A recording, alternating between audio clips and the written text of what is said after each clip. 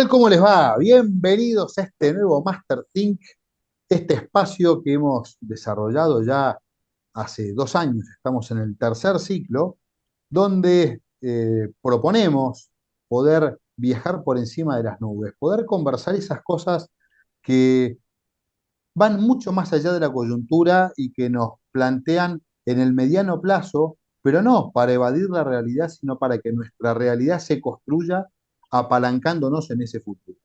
Este programa lo venimos haciendo con mi compañero de ruta, Joaquín Piedrabuena, Joaco o el Negro. Así que le quiero dar la bienvenida y quiero que me cuente qué vamos a hacer ahora. ¿Qué haces, Joaco? Bueno, ¿qué tal? ¿Cómo andan? Acá expectante como siempre, porque cada Master Think a veces uno entiende o cree que trae una persona para una temática y es impresionante lo que uno en este camino aprende. Así que expectante hoy para traer a un referente el cual no solo nos recibe muy bien en Silicon Valley, sino continuamente está cultivando con una generosidad la red, la vinculación y esto que a nosotros nos sale, no solo puede ser bien o mal, pero que el espíritu siempre queremos potenciar. Así que hoy muy expectantes con la persona que tenemos invitada. Bueno, y esa persona es un mexicano, ya lo van a escuchar hablar, se llama Jorge Zavala, vive en Silicon Valley hace muchos años. Yo no voy a contar su vida porque creo que la va a contar él mucho mejor de lo que uno la pueda resumir, pero sí hay algo que nos planteamos como objetivo y en lo personal me planteo como objetivo porque es lo que nos brinda cada vez que vamos allá, es poder intentar traer la innovación a nuestras vidas. Así que desde ahí le quiero preguntar a Jorge, le quiero dar la bienvenida. Él está en Silicon Valley en este momento. Así que Jorge, primero que nada, muy buenas para vos. Bienvenido a este espacio. Gracias por tu generosidad, como siempre. Y cuando entres, te pido que nos cuentes quién es Jorge Zavala, cómo terminó en Silicon Valley y qué es lo que ha estado, lo que ha aprendido en este último tiempo para que vayamos desenroscando este ovillo. Bueno, pues primero que nada, gracias por la invitación. En ese sentido, es realmente un gusto estar contigo, Federico, y contigo, Joaquín, y pues poder tener esta oportunidad de conversar pues con su audiencia, en donde realmente, o sea, yo soy de la Ciudad de México, viví en la Ciudad de México una buena parte de mi vida. Posteriormente me fui a vivir a Cuernavaca, que es una ciudad a 1 hora de la Ciudad de México, y estuve metido en el tema de tecnología pues por casi 20 años ahí en Cuernavaca. Primero trabajando para un instituto de investigaciones en el terreno de energía eléctrica y desarrollar equipo electrónico, aprender de software. En el Inter tuve una temporada que me fui a Canadá a estudiar mi maestría en matemáticas, muy relacionada con la computación. Regresé a Cuernavaca y posteriormente pues decidí que la vida era más divertida no siendo empleado, sino siendo creador de empresas. Y arranqué pues la primera de mis empresas que a la fecha existe, y yo ya no estoy relacionado con la empresa, pero es una empresa que ha hecho muchas cosas muy interesantes en la automatización de redes hidráulicas en México y en otros países en Latinoamérica. Posteriormente, pues me moví del área de control industrial, estuve trabajando en la parte de electrónica, de desarrollo de software. La última empresa que tuve en México fue una empresa de outsourcing en que hacíamos nosotros contenidos para empresas como el caso de Microsoft, de Hewlett Packard, de Intel.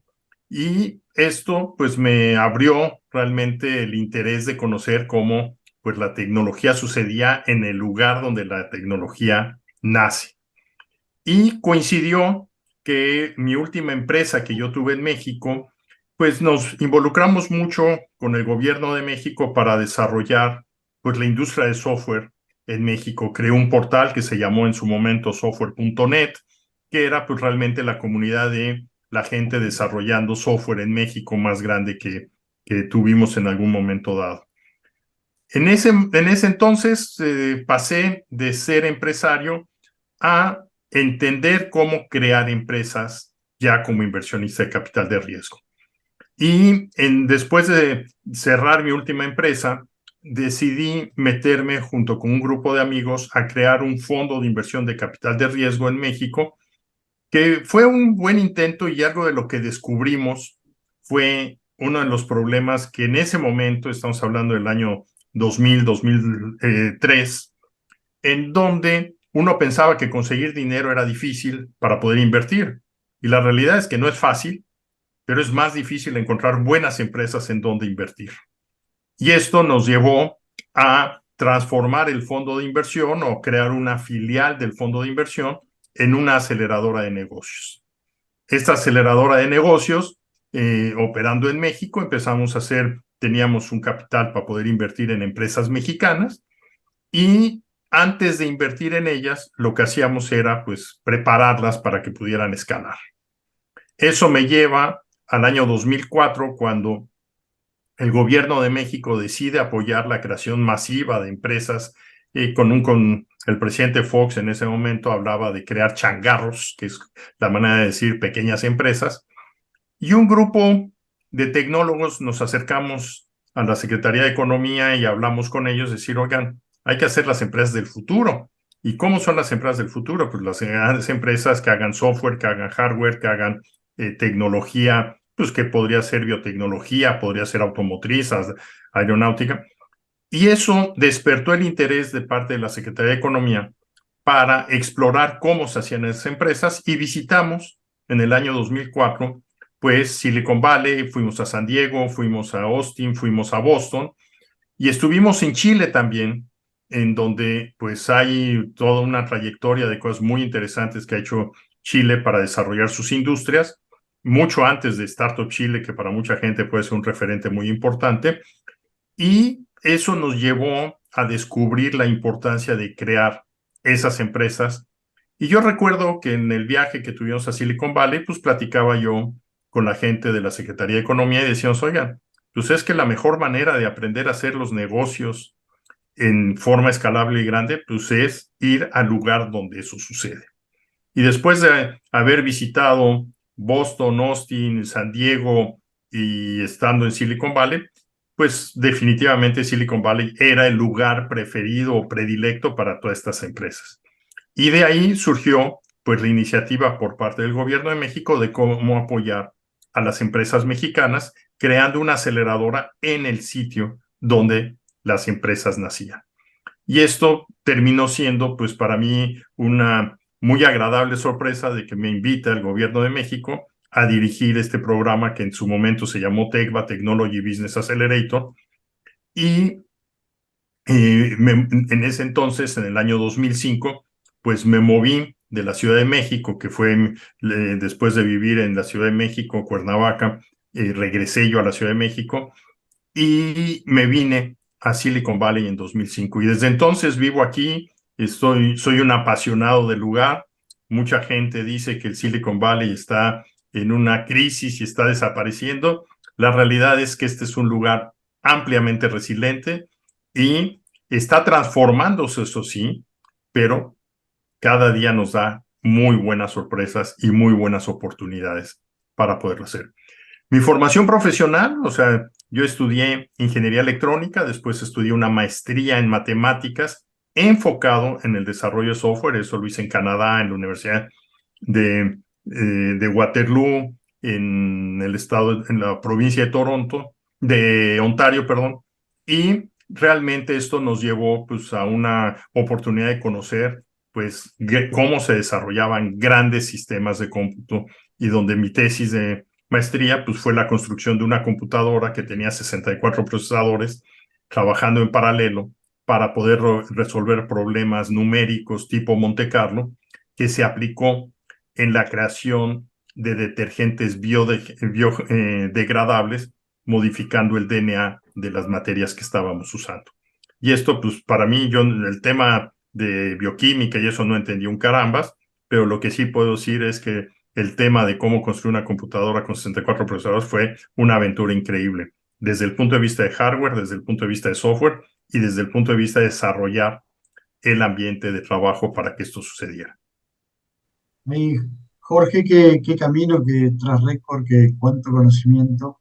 Y seguramente a veces uno cuando va al Silicon Valley aprende cosas, pero creo que con todo este tiempo que has elegido, vivir allá y seguir vinculado a ese mundo y con esa misma pasión, contanos qué es lo que se aprende en el Silicon Valley. Mira, eso es una parte bien interesante. Realmente Silicon Valley es una comunidad de aprendizajes como yo lo veo. Tú conoces y aprendes todos los días. ¿Por qué? Primero que nada es un ambiente muy diverso. La cantidad de gente que encuentras tú de todas las nacionalidades del mundo es gigante. Algún día di clases en la Universidad de Holt, que en la maestría de negocios, y en ese año ganó la universidad el premio Guinness de la generación de estudiantes de maestría de negocios con más diversidad de nacionalidades. Teníamos más de 80 nacionalidades en esa maestría, lo cual, imagínate, era pues un caldo de cultivo para poder platicar de cualquier cosa. Segundo, una vez que tú tienes ese caldo de cultivo con gente de todos lados, lo cual te proporciona pues visiones, puntos de vista y acceso a un mercado global, existe pues un ambiente que nace de la aventura. Cuando hablamos de Silicon Valley, pues hay que recordar que aquí fue la fiebre del oro. Cuando hablamos de fútbol americano y hablamos de los 49ers, pues es de cuando en 1849 empezó la fiebre del oro y vinieron muchísima gente de todos lados a correr la aventura de descubrir dónde está el oro. Y desde entonces hay siempre esa cultura, esa mentalidad, ese interés de la gente de cómo desarrollas nuevas cosas. Y esas nuevas cosas, pues nos llevó que, pues en los años de la Primera y Segunda Guerra Mundial, empiezan pues, los semiconductores y se crean las primeras empresas con el nacimiento de Hewlett Packard. Cuando Hewlett Packard tiene éxito, una de las cosas que sucede es que la Universidad de Stanford agarra y promueve mucho el desarrollo de propiedad intelectual y que los estudiantes hagan cosas innovadoras.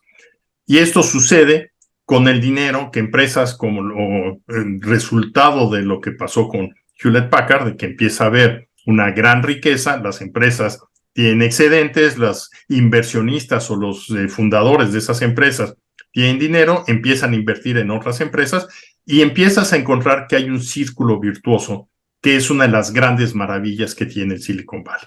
Entonces tú aprendes que tener una buena idea es muy importante. Tener el acceso a clientes que quieran escuchar nuevas ideas es algo mucho más importante. Y es tal vez el problema más duro que tenemos en Latinoamérica. Muchas veces decimos, ¿necesitamos dinero? Sí, sí se necesita el dinero, no es algo que podamos negar, pero cuando tú vas en Latinoamérica a vender a una empresa y mientras más grande es la empresa, quieren que todo lo que tú estás vendiendo sea más que perfecto. Cuando tú vas aquí y tienes una buena idea y se lo tratas de promover o de presentar a una persona con capacidad de decisión y ve que no está totalmente cuajado, que esto está todavía en desarrollo, pues sabe que corre un riesgo, pero por el otro lado sabe que si ganan teniendo ese riesgo controlado y bien manejado, pueden tener una ventaja competitiva. Y ese es uno de los elementos que yo creo más importantes en el aprendizaje. Cómo la gente que compra, la gente que adquiere, participa activamente en el desarrollo de esas nuevas empresas y logra esos nuevos resultados. Esto, a mi punto de vista, es una de las cosas más importantes que hay. Adicionalmente a eso, pues aprendes que cuando quieres hacer algo nuevo, pues hay que empezar en pequeño. Algo que a mí me fascina es que cuando tú platicas con gente aquí en Silicon Valley, empiezas con una idea grande y te das cuenta que es demasiado grande y no la puedes resolver con tus recursos y empiezas a hacerla más chiquita. Y es lo que en alguna forma dicen cómo pelamos una cebolla, pues es capa por capa y la vas haciendo más chiquita. Los latinoamericanos somos geniales. Cada vez que nos preguntan de algo, dice, oye, tu proyecto está padre. Oye, me lo platicas y lo hace más grande. Y lo platica y lo hace más grande. Y entonces, ¿quién es el enemigo de tener el buen resultado? Pues es uno mismo, porque en vez de que busques cómo llegar a un resultado, estás habilitando para crear una expectativa imposible de cumplir. Y esto es uno de los aprendizajes que a mí me fascina. Cómo aprendemos a hacer las cosas de grande a chiquito, chiquito, chiquito, para que cuando tengan éxito empiezan a regresar y logran esa posibilidad de alcanzar unas dimensiones importantes. Y la otra parte que aprendes es que tienes que aprender a trabajar con gente en forma colaborativa. Cuando tú dices, vamos a crear una empresa, la gente que se sienta en la mesa dicen, ok, para empezar las ideas se comparten. Mucho del miedo y el terror que hay es que me vas a robar la idea. Eso, la verdad es que las ideas no tienen valor hasta que no tienen una ejecución y un valor importante para que esto sea realmente comercial. Entonces las ideas hay que conversarlas. Cuando conversas las ideas, creas en la empresa, los socios fundadores, muchas veces, y esto es algo muy común, dicen, ok, nos juntamos 5 personas, 3 personas, decimos, vamos a crear una empresa, ¿y qué participación tienen? Y normalmente en Latinoamérica, pues el cuate que tiene más labia, el cuate que tiene más dinero, dice, yo quiero tener un tamaño del pastel más grande. Y lo podemos ver en el caso de Microsoft, lo podemos ver en el caso de Intel, lo podemos ver en el caso de Google y de muchas otras empresas. Los fundadores cuando empiezan participan con el mismo nivel de participación. ¿Por qué? Porque en ese momento las ideas no tienen valor, lo que vale es que salgamos todos juntos. Y ese aspecto de colaboración es muy diferente. Y colaboración, que yo creo que es otro de los temas que también tenemos que poner claro, muchas veces en México o en Latinoamérica decimos, oye, vamos a colaborar y vamos a formar partnership. Y la realidad es que aquí, cuando tú vas a colaborar, vamos a vender. ¿Qué necesitas tú? ¿Qué tengo yo? Y vamos a hacer una transacción. Y las transacciones, o sea, la gente en un sentido, y eso es algo de las partes más difíciles para el latino para entender, es que esta es una sociedad muy transaccional. Yo te doy algo, ¿qué ganas? Tú me das algo, ¿qué gano? Y esa parte, muchas veces en el romanticismo que nos gusta vivir a los latinos, pues eso entra en un conflicto en que dicen, oye, es que me estás viendo cara de billetes, y pues la realidad es que pues la manera de hacer billetes es hablando de ellos. Decime, Jorge, todos estos aprendizajes que estás contando, uno los entiende hoy. Ahora, ¿esto fue siempre así? Silicon Valley es el mismo hoy que el que fue hace años. ¿Qué cambió en Silicon Valley en estos últimos, no sé, 20 años? ¿Y qué se mantiene de esto que estabas contando? Mira, esa es una pregunta bien interesante porque en el fondo yo creo que Silicon Valley sigue siendo el mismo Silicon Valley. Una sociedad de aventura, de riesgo, de exploración, de pensar en grande, y eso siempre ha existido. O sea, el traer el tren desde la costa este para la costa este fue un proyecto grande que había que hacer. Cuando empezaron a haber proyectos de dimensiones interesantes, son cosas que la gente estaba acostumbrado, y yo creo que eso siempre ha existido. Ahora, que el Silicon Valley cambia continuamente, eso es cierto. ¿Por qué? Pues inicialmente hablábamos de electrónica, después hablamos de semiconductores, después hablamos de programación, después hablamos de biotecnología, después hablamos de la industria aeroespacial, hoy estamos hablando de inteligencia artificial, y el tema con que se desarrollan las cosas puede cambiar, pero la mentalidad en muchos sentidos sigue siendo la misma.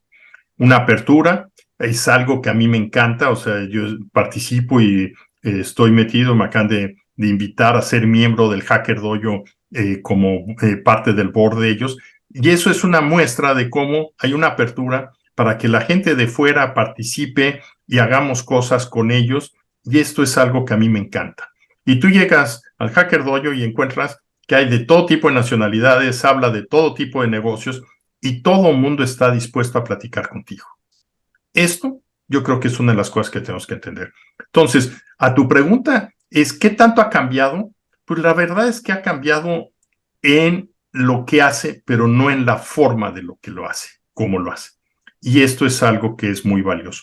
Ahorita en la pandemia, pues yo creo que todo el mundo lo vivimos. O sea, han habido crisis, vino la crisis del .com, vino la crisis después del 2007, después vino la crisis de la pandemia, y pues todo esto es resiliencia, es apertura y es cómo vamos a salir adelante. Una cosa que es fascinante es que tú platicas con la gente en el futuro estando en el presente. y la gente sabe que pensar en el futuro es necesario, pero sabe que vivir en el presente pues es la única manera de llevar las cosas. Y ese balance yo creo que es interesante. Un elemento que, por ejemplo, a mí me encanta en esa apertura, y esto es un tip ahí para toda tu audiencia, para toda su audiencia de ustedes, es cuando tú llegas a Silicon Valley, todo el mundo está dispuesto a escucharte. Yo recuerdo haber hablado así, mandarle un correo en frío a inversionistas de capital de riesgo importantes, a funcionarios, a directores de empresas, y decirles, quiero platicar contigo, estoy arrancando un acelerador de negocios de México, quiero que conozcas las capacidades que hay en México, y todos ellos te recibían en la primera intento. Conseguir la segunda cita es donde ya la parte es más difícil. ¿Por qué? Porque la segunda cita es, ya te conozco, ya sé de qué quieres, ahora sí, ¿qué vamos a hacer juntos? Y si no traes algo que a mí me interese, ni pierdas tú el tiempo, ni pierdo yo el mío. Y esto es un elemento que sí tenemos que aprender en ese sentido. Nosotros los latinos somos muy dados en una plática y otra plática y otra plática y pues no avanzamos. Aquí la gente, una de las cosas que pues hay que entender muy claro, el recurso más importante en la sociedad del conocimiento, ¿cuál es? Es el tiempo de la gente. Y el tiempo de la gente lo invierte en la mejor forma posible. Y no es una cosa de grosería, no es una cosa que suene mal, es algo, si tú tienes una idea que a los dos nos va a convenir, es bueno. Si tú me pides ayuda, que esto es un caso también muy interesante y que va muy en relación con esta pregunta, es si yo te hablo para pedirte ayuda, oye, Joaquín, oye, Federico, dame tu punto de vista sobre un tema y te estoy pidiendo ayuda, la gente está dispuesta a darte ese feedback. Sabe que no vas con el propósito de establecer una relación, sino de que ellos van a aportar un cierto valor. Y la gente, en la medida de su capacidad y de su tiempo, y si puede dar un valor, una aportación valiosa, porque tenés otra cosa. Si me preguntas de algo que no es mi terreno de competencia, probablemente pues, te digo, sabes que no puedo porque pues, no puedo agregar valor. Y esto es un elemento importante. Jorge, quería que nos cuentes un poco cuál es tu visión sobre el liderazgo, ¿no? Porque todos estos procesos de innovación, creo que no solo hay una visión, sino hay un proceso de liderazgo, hay un estilo de liderazgo. Vemos que muchos de los emprendedores y la innovación tiene resiliencia, hay que poder estar preparado para una lucha continua, ser una persona muy optimista de lo que quiere transformar y cambiar. ¿Cómo es ese liderazgo? ¿Y cómo es ese proceso? Mira, yo creo que eso es un tema bien interesante y deja decirte que muchas de las empresas que yo he visto que son exitosas, por ejemplo, son personas en donde puedes venir de cualquier parte del mundo, pero estudiaste tú la licenciatura en Estados Unidos. Y mejor si la estudiaste en la zona de la Bahía. ¿Por qué? Porque desde ahí viene una parte cultural de estar acostumbrado a trabajos fuertes, a que te den feedback duro. O sea, una de las cosas que es bien importante es cuando tú pides que te den realimentación, lo que quieres es que te hagan sacar las cosas que tú no sabes hacer y que quede claro para que entiendas cuáles son tus brechas y esas brechas tú sepas cómo moverte hacia adelante. Si yo soy muy amable y te digo, pues vas bien y síguela adelante y caminas, pues no te estoy haciendo ningún bien. Si yo te digo, lo que tú me estás promoviendo, yo no lo compraría porque le falta este elemento que es crítico en el proyecto, porque tu calidad que me estás ofreciendo no satisface mis expectativas, porque la funcionalidad que tienes es buena, pero no es suficiente para que yo tome una decisión por ello. Esto es algo en lo que nosotros tenemos que ver. Y entonces, cuando tú hablas de liderazgo, lo primero que tienes que aprender es que te van a dar la alimentación y que te van a decir las cosas, y te van a decir las cosas, mientras más crudas y más fuertes, es mejor. Y muchas veces, pues eso, cuando somos un poquito débiles y no tenemos la confianza suficiente, pues nos sentimos que nos están atacando y decimos, no, es que nos están haciendo un lado porque fíjate que yo soy latino y yo soy, no soy de la gente privilegiada, No, te lo están diciendo igual que se lo dicen a cualquier otra de las gentes que están aquí, del mismo grupo de amigos y de la misma camarilla algunas veces. Entonces, esto es algo de lo que tenemos que entender. El primer paso en la innovación es tienes que tener humildad para aceptar lo que te dicen, tienes que tener la resiliencia para decir, me lo dijeron, tomar nota y viene lo más importante, ¿qué acción vas a tomar? Y si no sabes qué acción tomar, se vale preguntar, oye, eso que me estás pidiendo no tengo ni la más remota idea de cómo atacarlo. Dice, mira, a lo mejor quien te lo está diciendo no tiene tampoco idea, pero te puede dar una referencia, te puede decir, oye, ya lo comparaste con tal caso, ya fuiste a hablar con tal profesor en alguna universidad, ya buscaste alguna alternativa en un competidor, inclusive para que hagas una asociación en esa parte donde puedes competir. Y esto yo creo que es uno de los temas que tenemos que ver. Entonces, eso hay que aceptar el rechazo, hay que entender que la innovación por principio siempre va a ser rechazada. Cuando tú llegas con una gran idea de algo que va a cambiar, la primera respuesta que vas a encontrar de la mayoría de las personas es, no se puede, eso no funciona, eso no me interesa. ¿Y qué es lo que hace aquí la gente? Pues que sabe que una o dos personas les van a decir que sí y va y busca. Si tengo que hablar con 100 personas para que 2 personas me digan que pues, eso suena interesante, pues hay que buscar esas 2 personas, porque de la primera persona que tú logras colgarte y en generar ese hilo conductor para crear una sinergia positiva, es donde tú puedes hacerlo. Y eso es liderazgo, porque la verdad, yo recuerdo en que decían de empresas que yo traía al programa, es que ayer hicimos 20 llamadas y todo el mundo nos dijo que no. Pues sí, pero el índice de éxito es del 2%, entonces pues 20, pues te faltan nada más, otras 5 veces más haz el mismo ejercicio. Y esto era, al principio la gente decía, es que no es posible. Hicimos pruebas, les mostramos, contratamos gente de Estados Unidos que ya tenía esa experiencia y hacía esas 100 interacciones y pues llegaban con 2 resultados. Y cuando llegan con 2 resultados, ellos decían, es que es muy poquito. Pues sí, pero es lo mejor que puedo tener. A lo mejor no va a ser a 1 y a lo mejor no es a lo mejor agarramos a los 100 que no nos iban a decir que sí, tenemos que ir por otros 100 para ver si esos 100 encontramos al 2% que sí nos va a decir que sí. Y esto es algo de lo que tenemos que entender. Porque vos estás hablando muy claro de liderazgo. Ahora, ¿cuáles son esas habilidades que tiene que tener alguien para liderar la innovación o una empresa o un proyecto en el Silicon Valley?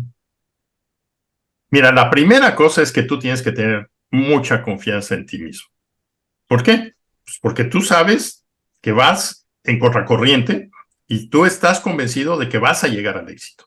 Y eso es lo primero que una persona que tiene ese liderazgo de decir, yo voy a ir por ello. Una vez que tú tienes eso, esa confianza, pues tienes que tener claramente una visión de lo que quieres. Y nuevamente lo que decía hace rato de la cebolla, pues es, yo tengo la visión de que quiero hacer algo grandote. Sí, qué bueno que lo quieres hacer grande. Pues la pregunta es por dónde vas a empezar. Y muchas veces la gente le dices, hay que empezar en chiquito. Empieza a decir, es que eso ya no es atractivo para mí, no es suficiente. Pues sí, si tienes visión de que el primer paso te lleva al segundo, es como subes tú una montaña. Cuando tú subes una montaña, pues volteas para arriba y dices, ya falta bien poquito y llegas a ese pedazo y dices, oh, sorpresa, había más montaña atrás de esto. Y eso es parte de la historia que tenemos que hacer. Entonces ahí viene esa parte de visión. Ahora, un elemento fundamental es que para tener esa confianza y para tener esa visión, pues la tienes que demostrar. ¿Y cómo la demuestras? Comunicándote. Tienes que aprender a hablar.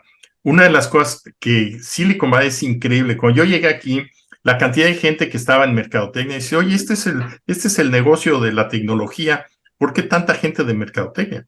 Construir la historia, hablar con la gente, darles las ideas, esa es una labor de una persona que hace mercadotecnia. El mercador lo hay que tomar en cuenta que no es un vendedor, es el cuate la persona que entiende, que platica con todas las personas involucradas y esas personas involucradas empiezan a darte los puntos para enlazar. Y este proceso es un proceso iterativo, es un proceso muy complicado Y tú como líder tienes que entender que van a llegar contigo y te van a dar una propuesta de valor que la pruebas tú y no funciona. Regresar con el equipo, ¿qué aprendimos? Y esa resiliencia y esa capacidad de aprendizaje es importante. Y a final de cuentas, pues una de las partes más difíciles de ese líder de innovación, pues es qué tanto riesgo quiero correr. ¿Por qué? Pues yo ahorita acabo de mencionar, si la posibilidad de conseguir la primera entrevista está en el 2%, pues tú sabes que tienes que correr un riesgo de que vas a platicar con 100 o con 200 personas y 2 o 4 personas te van a hacer caso. Y eso es un riesgo. Si tú dices, yo voy a sacar un producto que va a ser más veloz, el caso de los modems de comunicaciones en algún tiempo, pues empezaron que 2.400, 300 vatios, 1.200, 2.400. Y hoy la velocidad de transmisión, pues ya estamos en que ahorita estamos conectados. Yo tengo aquí en tu casa, en la casa de ustedes, una liga de 1 GB de comunicación, y lo vaciado es que esa es la comunicación más baja que puedo comprar aquí ahorita, ¿no? Y eso, cuando yo me acuerdo la primera vez que hice alguna transmisión de datos a 75 baudios, pues olvídate, era imposible. Y hoy bajas, tienes video y tienes toda esta comunicación en una forma distinta. Entonces, el manejar el riesgo es parte de esa cuestión. Entonces, yo sí resumiría muy claramente: confianza en ti mismo, visión para saber hacia dónde vas y cómo vas a llegar paso a paso, y cuántos cambios tienes que hacer en el camino, pues hay que adaptarse. Y eso lo vas a alimentar con una buena comunicación, donde es cómo eres claro, cómo eres conciso, cómo eres enfático, y aprender a comunicarte es uno de los elementos más difíciles, porque además, pues cuando tú dices, yo voy a programar, lo pasas por el compilador te avienta 700 errores y dices, no, esto no funciona, y los corriges. Cuando tú haces un mensaje y das una conferencia, pues hasta que no pasa la conferencia, a lo mejor después de la conferencia puede ser que te des cuenta que estuvo mal. Y muchas veces puedes salir feliz de la vida, todo el mundo te aplaudió y nadie te hizo caso. Entonces, eso es algo. Y el riesgo, pues al final de cuentas, cuando hablamos de capital de riesgo, todo el mundo dice, es que nos encanta estar jugando volados y aventarnos en parapente, y no es cierto. Lo que sabes tú cuando hablas de riesgos es cómo controlar los riesgos. Entiendo que estábamos hablando de ese liderazgo a la hora de armar estos nuevos desarrollos y en la cultura de Silicon Valley creo que el emprendedor, el fundador del startup es el personaje. Ahora, ¿cómo aplica esto cuando uno quiere innovar dentro de una organización que también debe cambiar su cultura? ¿Las habilidades que necesita son las mismas? ¿Qué es lo que se repite y qué es lo que se diferencia? Mira, yo creo que las habilidades que se necesitan son muy semejantes. Confianza, capacidad de comunicación, negociación sería una cosa que también hay que incluirlo ahí. La manera en que las pones yo creo que sí es muy diferente. Entonces, las habilidades yo no pensaría que son muy distintas, pero sí cómo las pones. Y ahí es donde entras en dos juegos. Cuando la empresa decide que quiere ser innovadora desde la cabeza, pues cómo el fundador o el director general empieza a dar los elementos para que la gente tome riesgos. Y cuando te digo a ti, oye, toma riesgos, no es un permiso para hacer tonterías, es un permiso para que sepas que tenemos un grado de tolerancia mayor que lo que es en la producción. Cuando tú estás en una producción y estás acostumbrado a tener rendimientos del 99%, pues eso es bueno, es correcto, es lo que tú buscas, y para eso tienes todo un equipo dedicado a producir y a mejora continua y a calidad. Pero cuando tú haces innovación, pues tú tienes que cambiar esos parámetros. ¿Por qué? La probabilidad de que saques un primer producto y salga 100% perfecto a la primera es sumamente bajo. Y es algo de donde empiezas tú a tener esa diferencia. Entonces, en las organizaciones, el primer paso, lo deseable, es que el concepto de cómo vamos a innovar venga de arriba hacia abajo. ¿Por qué? Pues porque crea menos fricción. La realidad es que muchas veces eso sucede de abajo hacia arriba. ¿Por qué? Porque tienes a alguien que tiene inquietudes, que tiene deseos de cambiar las cosas y anda buscando pues cómo encontrar el apoyo pues, el primer paso de su supervisor o de su jefe inmediato. Y llega y le dice, oye, en la línea de producción, si nosotros cambiáramos esta manera de inyectar aire o aumentáramos la temperatura, y esto nos va a dar un rendimiento de un 5 o 10% mayor. Y pues yo como supervisor te digo, oye, ¿y estás seguro de eso? Pues la verdad es que no es cierto. No hay forma de garantizarlo. ¿Qué es lo que tenemos que hacer? Experimentar. Y esa experimentación es donde viene el riesgo. Y entonces ese riesgo, la pregunta es, ¿cómo lo va a hacer? Oye, ¿podemos parar la línea de producción un día en la noche y hacer estas pruebas y ver qué sucede? Pues tomar esa decisión para el director de la planta, pues se convierte en un problema muy complicado. ¿Por qué? Pues porque dice, oye, yo tengo un 99%, si paro la línea de producción por 8 horas, pues a lo mejor bajo al 97 o al 96 y eso no les va a gustar. Pues sí, pero si logro que esto mejore, pues a lo mejor vamos a producir más o vamos a producir más barato o vamos a producir un mejor producto y entonces viene pues una serie de decisiones. ¿Y qué es lo que hay que hacer?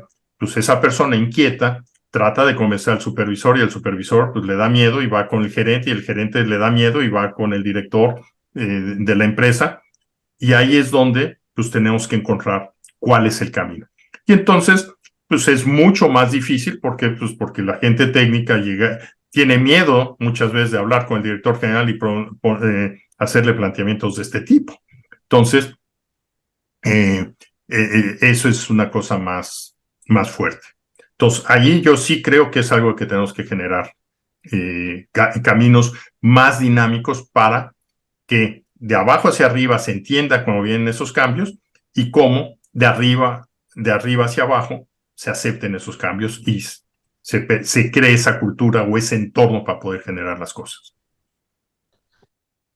Porque acá, hablando de organizaciones, uno de del punto clave en el impacto en las organizaciones, en las empresas y en las sociedades, la digitalización. Esto está cambiando no solo conductas, sino modelos de negocios, formatos. ¿Qué es la digitalización? ¿Cómo impacta? Mira, yo creo que eso tenemos que entender que la digitalización es algo que ya tenemos y lo vivimos todos los días. Cómo registro información y la guardo en una hoja de cálculo, cómo hago automatización para tener sensores y detectar fallas, cómo hago para que en un momento dado, cuando algo sale de tolerancia, suene una alarma. Esto es parte de la digitalización. ¿Cómo hago los pedidos para que cuando el pedido en el camión lo puedan hacer a través de una terminal en vez de que lo hagan en una hoja de papel y llegue eso más rápido? ¿Cómo puedo checar el inventario cuando estoy en la tienda viendo al cliente y decirle, te puedo entregar yo el producto en 3 días porque lo tenemos en inventario, o sabes que el producto lo vamos a tener que dártelo en 3 semanas, que es lo que tarda en llegar nuestra capacidad de producción para entregarte el volumen que quieres? Esto es información que hoy cada día estamos viviendo mucho más fácil. El teléfono celular cambió definitivamente, yo creo que un paradigma importante, porque hoy tenemos el acceso a la digitalización en las manos de cada una de las personas que trabajan en la empresa. Ahora tenemos que aprender a usarlas eficientemente para poder generar ese valor y esa entrega en una forma eficiente, creando procesos que nos permitan simplificar la toma de decisiones y compartir información, quitándole los silos a la gente que antes decía esta información es bien, no se la doy a nadie, y ahora la información es accesible a todo el mundo. ¿Y en qué se diferencia o por qué decimos vivimos en la sociedad basada en el conocimiento con todo esto que estás contando de la descentralización y la digitalización? ¿Cómo podemos conjugar estas dos miradas a la luz de la innovación? Mira, la innovación es crear cosas nuevas y para crear cosas nuevas necesitamos tener mucha información y necesitamos saber muchas cosas. ¿Cómo sabemos las cosas? Hoy realmente el tema de digitalización, todavía el caso más extremo, lo que estamos viviendo con todos los sistemas que están haciendo ahora de inteligencia artificial, con este ChatGPT que está pues, se convirtió en un furor de la noche a la mañana, y esto es algo de lo que nosotros tendríamos que ver, que esa sociedad del conocimiento, hoy está el conocimiento al alcance de cualquier persona. Hay un elemento que tenemos que tener en cuenta. Cuando la computadora personal hace muchos años nació, para que tú pudieras tener acceso a la computadora personal, te costaban, yo recuerdo, la primera computadora que yo compré me costó $5,000. Y eso pues no era un precio accesible realmente para la gente. Entonces, hoy, tener acceso a ChatGPT lo tiene cualquier persona que tenga acceso a Internet, lo cual es una gran mayoría de las personas en el mundo. Esto nos habla de que a tener acceso a ChatGPT nos da acceso a mucha información que está alrededor del mundo. ¿Por qué? ¿Cómo se han entrenado los modelos de estas nuevas herramientas? Pues con toda la información pública que existe en los buscadores como Google, como Bing, etcétera. Y eso es conocimiento que hoy está al alcance de todos nosotros. Entonces, en esta carrera, en este mundo de innovación, en este mundo que decías, del conocimiento donde todo además se viene acelerando, ¿cómo puedo cómo me puedo comparar? ¿Cuándo es momento de cambiar? ¿Cuándo es momento de mantener?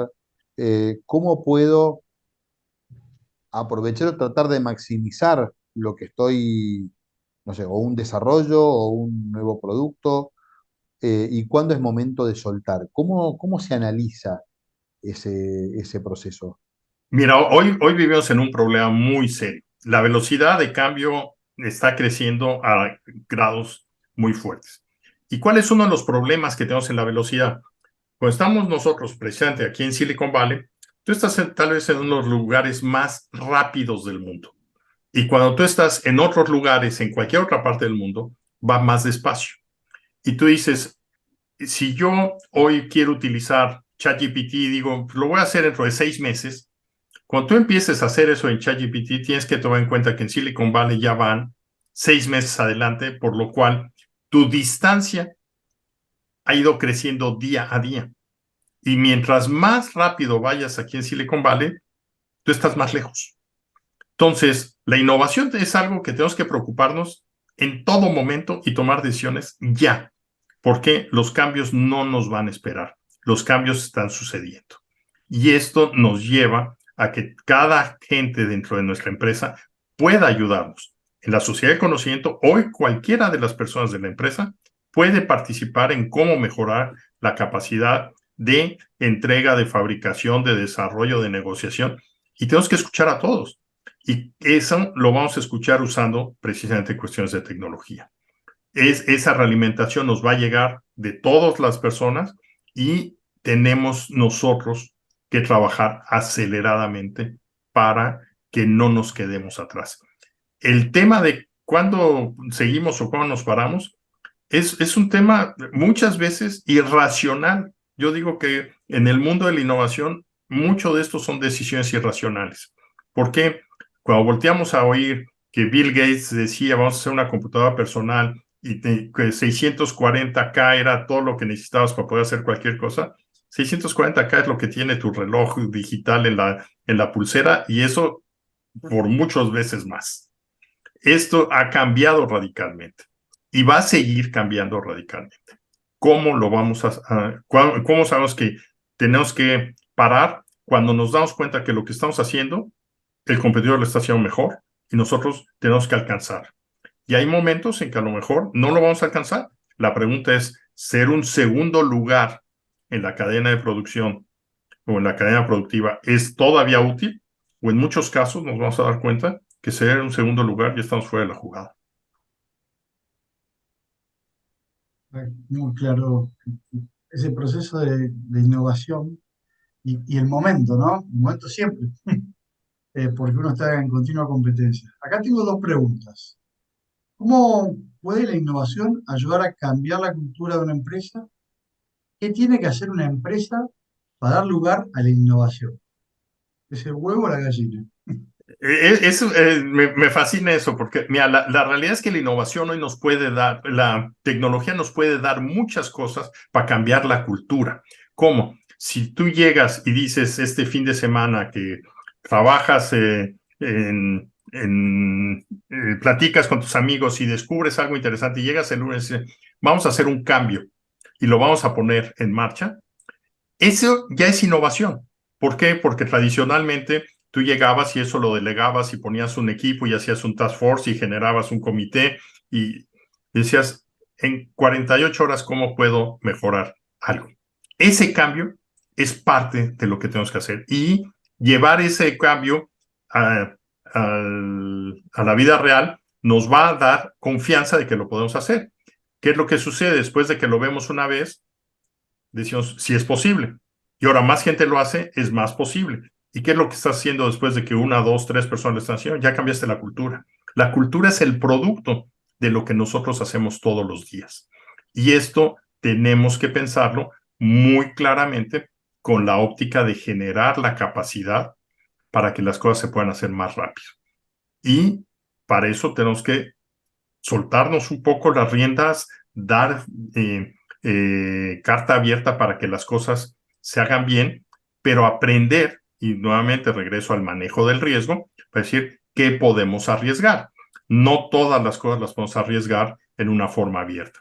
Y si eso implica que alguien tiene una chispa, ¿cómo lo podemos darle la capacidad para que haga la prueba? Y si tiene éxito, pues que más gente lo vea. Y si fracasa, no quedarnos ahí. Es si fallamos. ¿Y saben qué? Aprendimos esto, esto y esto. Y ahí nuevamente la tecnología te permite hacerlo. Esta capacidad de poder grabar cosas, de poder comunicarnos, de tener una red interna, de tener grupos de trabajo, tener formas en que casi en tiempo real la gente puede ir aprendiendo sobre la marcha. Y esto es algo, entonces, a tu pregunta, ¿es la cultura hace la innovación o la innovación hace cultura? Es un círculo virtuoso en que tenemos que empezar por cualquiera de los lados y eso es algo también, no hay una respuesta única.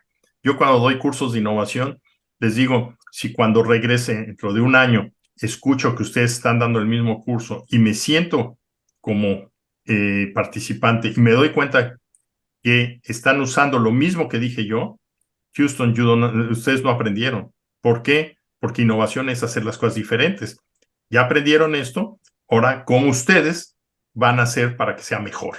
Y este es parte del círculo virtuoso que tenemos que hacer. Si repites lo mismo, ahí te das cuenta de que tienes un problema. Y puede ser parte del problema que a veces uno cuando va a innovar está más pensando en la forma y no en estar enamorado del problema. Eso es cierto, y ahí tocas dos temas. Uno es que la forma muchas veces queremos nosotros que sea de cierta manera y pues, la realidad es que la innovación va a surgir de cualquier momento en cualquier forma. Y tenemos nosotros que dar esa libertad para que surja en cualquier momento y en cualquier forma. Porque si nosotros queremos que las cosas se repitan, pues entonces ahí no hay innovación. Las cosas tienen que ser diferentes para que las cosas cambien.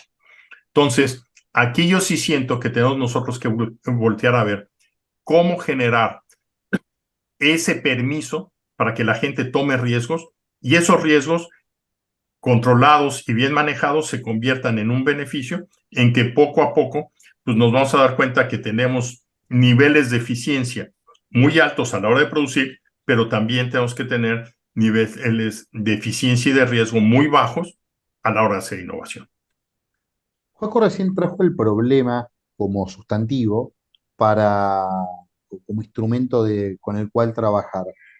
Ahora, solemos a veces marearnos en los problemas, solemos definirlos con errores. ¿Cómo nos podés ayudar a definir qué es un problema, qué significa un problema y cómo caracterizarlo para que sea un problema que nos sirva en este proceso y que no sea solamente una circunstancia a superar? Bueno, ahí tienes parte de la receta de todo esto de la innovación. La innovación empiezas detectando un buen problema, no teniendo una buena solución. Cuando tú detectas el problema y lo entiendes el problema, tú tienes muchas soluciones para resolver ese problema, el cual puede aplicarse en unos casos de una manera y en otros casos de otra manera. Y ahí lo que ahorita decía Joaquín, de estar enamorado con la solución. Si tú te enamoras de la solución, pero no identificas el problema existe y tú puedes, hay que crear una buena descripción de ese problema, definirlo y poner una métrica que digas este problema, ¿qué espero yo a la hora de resolverlo? Si tú me dices, nuestro nivel de desecho que tenemos es del 30%, pues ese es un problema. Ahora, yo quiero que ese nivel de desecho pase de 30 a 25. Oye, ¿qué es que queremos llegar al 5%? Sí. Pues si yo no puedo pasar del 30 al 25, nunca voy a poder llegar al 5. Y hay que ir paso a paso, y eso es parte de la visión que mencionábamos al principio. Una vez que tú empiezas a encontrar que puedes bajar del 30 al 25 y después al 22, y te vas a dar cuenta que eso se convierte en una curva asintótica que es muy difícil de que pases. Cada vez que avanzas más, te cuesta más trabajo ser mejor, lo cual es obvio, pero es algo de lo que tenemos que entender cómo hacerlo, a menos de que encontremos una disrupción, que eso va a suceder cuando pensemos diferente en un momento que alguien dice, oye, ¿y si lo hacemos de una manera radicalmente distinta y lo pruebas? Y te das cuenta que funciona, ya descubriste ese brinco y esa es la innovación radical que muchas veces la gente quisiera tener. Jorge, para ir cerrando, hablamos mucho de innovación, de la cultura de innovación. ¿Cuál es la recomendación que me das para que yo pueda generar una cultura innovadora y fomentarla dentro de mi equipo? Es decir, quiero que por todos lados se pueda innovar dentro de la organización, que se hagan las cosas de forma distinta y mejor. Mira, yo creo que aquí una de las mejores formas de hacer eso es identificar 3 o 4 retos importantes que tengas en la organización e invitar a la gente, a tus colaboradores, a tus empleados, a tus proveedores en un momento dado, a decirles, este problema lo tengo. Muchas veces uno de los grandes problemas que tienen las organizaciones es que los problemas tratan de esconderlos. Y a la hora de tratar de esconderlos, tú mismo estás inhibiendo de que vas a tener una mejora. Si tú los pones a la vista, dices, sí, existe este problema y ese problema necesitamos que alguien lo resuelva. Y ahora, ¿cómo pones incentivos para que la gente quiera resolverlos? Y esos incentivos tienen que estar alineados pues precisamente con tu nivel de riesgo que quieres tomar, porque si tú dices, yo quiero resolver este problema para mañana en la mañana, pues tu nivel de riesgo que tienes que correr es muy alto. Si yo quiero resolver este problema en los próximos 48 meses y dices, bueno, vamos a avanzar gradualmente, tu nivel de riesgo es menor. Y si la competencia quiere minimizar ese riesgo en menos tiempo que tú, pues ahí es donde la pregunta que hace rato hacían. ¿Cuándo sé yo que voy lento o despacio? Cuando me doy cuenta de que hay alguien que tiene más decisión o más audacia para poder hacer las cosas. Y esa audacia, pues tarde o temprano se va a reflejar en que tengamos problemas o esa audacia, si nosotros somos los audaces, que podamos ganar y llegar antes que los demás. ¿Innovar o no innovar? Esa es la cuestión, ¿no?